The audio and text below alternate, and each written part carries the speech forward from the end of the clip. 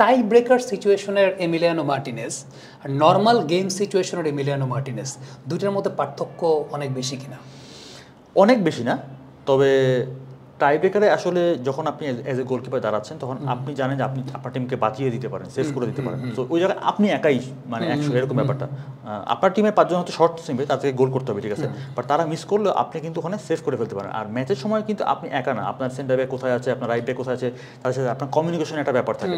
তো সেখানে মার্টিনেজ যে পিছিয়ে রয়েছে তা বলছি না, বাট তার চেয়ে হয়তো বেটার গোলকিপার হয়তো আরও অন্যান্য আছে যারা আরও ভালো করছে। মার্টিনেজও ভালো করছে, অনেক ভালোই করছে বলতে হবে, কিন্তু পেনাল্টির সময় তার যে অবস্থা, তার কনফিডেন্সটা অনেক বেশি।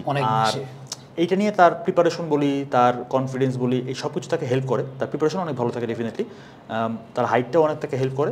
আর আমার কাছে মনে হয় যে সেই কনফিডেন্সটা কাজে লাগা কী হবে, যে আগে থেকে সে জাজ করে আমি এই পাশে যাবো, এবং তার যে হাইট, সে যে ওই পাশে যায়ও, অপোনেন্ট টিমের প্লেয়াররা আসলে ভয় পায়।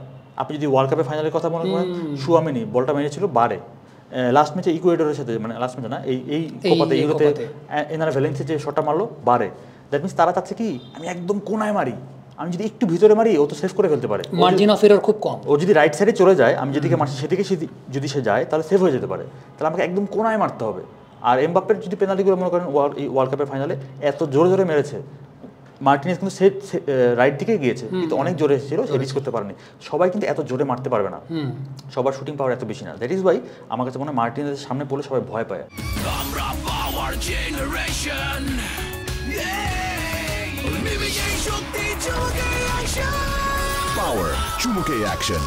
আর আরেকটা উদাহরণ দিব এখানে, মার্টিনেজের সাথে মিল রেখে টিম ক্রুল নেদারল্যান্ডসে গোল করেছিলেন 14 সালে ওয়ার্ল্ড কাপে। আর্জেন্টিনা যে ম্যাচটা জিতে তার আগের ম্যাচে তিনি 3টা সেভ করেছিলেন।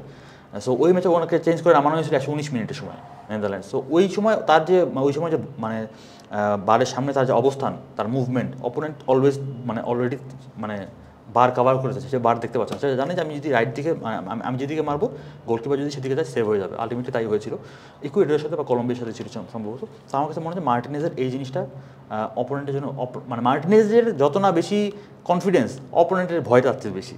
আমার কোয়েশ্চেনটা কিন্তু আসলে পজিটিভ সেন্সে ছিল, যে পজিটিভ সেন্সে এই কারণে ছিল যে যখন নর্মাল গেম সিচুয়েশনে মার্টিনেজ গোলকিপিং করছেন, কিন্তু যখন টাই ব্রেকারে তিনি গোলকিপিং করছেন, হি ইজ সামথিং এলস, মানে যেটা আউট অফ দ্য ওয়ার্ল্ড, আরো বেশি কিছু। তার মানে এই না যে নরমাল ভালো সেভ করছে। এই কোপা আমেরিকাতে কানাডার সাথে ম্যাচে, ইকুয়েডরের সাথে ম্যাচে অনেকগুলো বল আসলে সেভ করছে, না হলে আর্জেন্টিনা পিছিয়ে পড়তে পারতো। How can we forget world কাপের ফাইনাল ম্যাচে সেই সেভের জায়গাটা।